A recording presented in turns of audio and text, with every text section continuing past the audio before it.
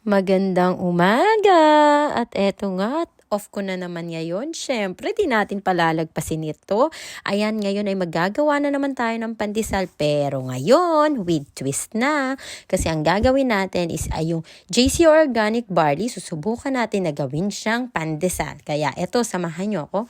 Ito nga yung self-raising flour and then sugar. And then ito na nga yung yeast. Ayan, sige, pagsamasamahin nga natin itong dry ingredients natin. Talaga nga naman may dry ingredients pa. Huy, ang dami na yan. Baka kung anong mangyari na dito. At ayan, mekos-mekos na ulit. Ayan, sige, haluin mo ng haluin para maging well-blended na siya. Ayan, sige, push. At after nito, gagawin na nga natin itong JC Organic Barley. Tutunawin natin siya sa water. Ayan siya. Siyempre, hindi isang box, isang sachet lang. Pero I think dalawang gagamitin natin. Parang lasang-lasa siya. At konting asukal nga lang yung ginawa ko. I mean, yung nilagay ko. Kasi nga, itong JC Organic Barley, siyempre, may stevia to. At matamis na to. Matamis pa sa jowa mo.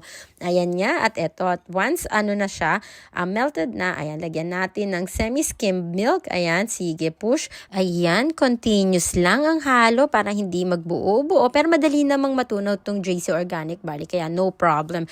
Ayan, at eto naman, 2 medium egg. Tapos, i-beat natin. Talaga nga naman, 2 medium egg. Pare-parehas lang yan. Itlog lang yan. At beat pa, pwede namang bate ng itlog. Ayan, sige, batihin mo na yung itlog na yan. And then, gagawa na naman tayo ng hole dito sa dry ingredients natin.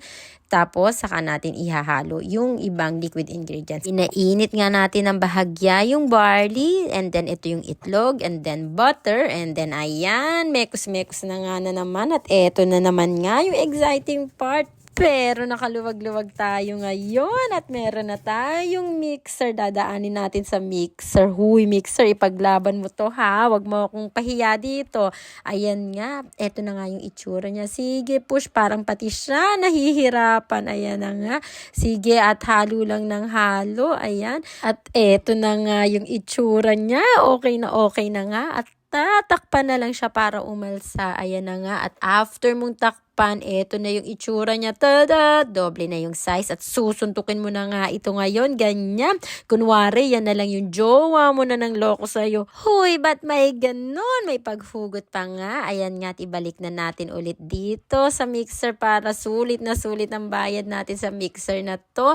Ayan nga. And while waiting, prepare na nga natin itong quick melt. Ayan, may nakuha tayong quick melt at shout out dito sa kaibigan natin. At eto nga yung shop nila, Filipino Belfast UK shop. I-follow nyo lang siya sa Facebook at dyan kayo makakakuha ng mga Filipino products. Ayan nga. At parang ang lalaki naman yan. Pero hindi, cheese is life. At eto na nga, breadcrumbs.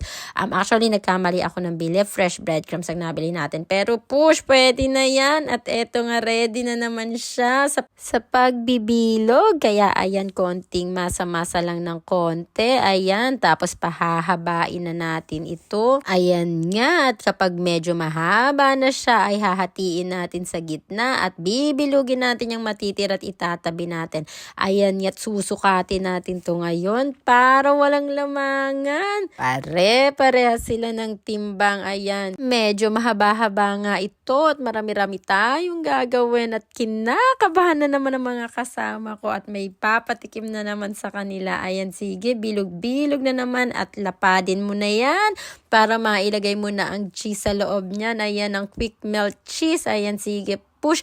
Cheese is life talaga. Ayan, sige, bilugin mo na ulit. And then after nyan, ilalagay na natin sa breadcrumbs. Ayan, sige. Uy, ilagay mo na sa breadcrumbs yan. Ayan, push. At ayaw nga dumikit, kaya i-stay lang natin muna sa breadcrumbs yan. Ayan. At eto na nga yung pangalawa. Same process lang. Ayan, i-video natin yan lahat hanggang sa matapos yan. Sige, push. Bilis-bilisan natin. Ayan, at susundo ka pa sa anak mo. Huy! Hindi ko nga alam kung ilan itong magagawa natin, pero sige lang, push lang.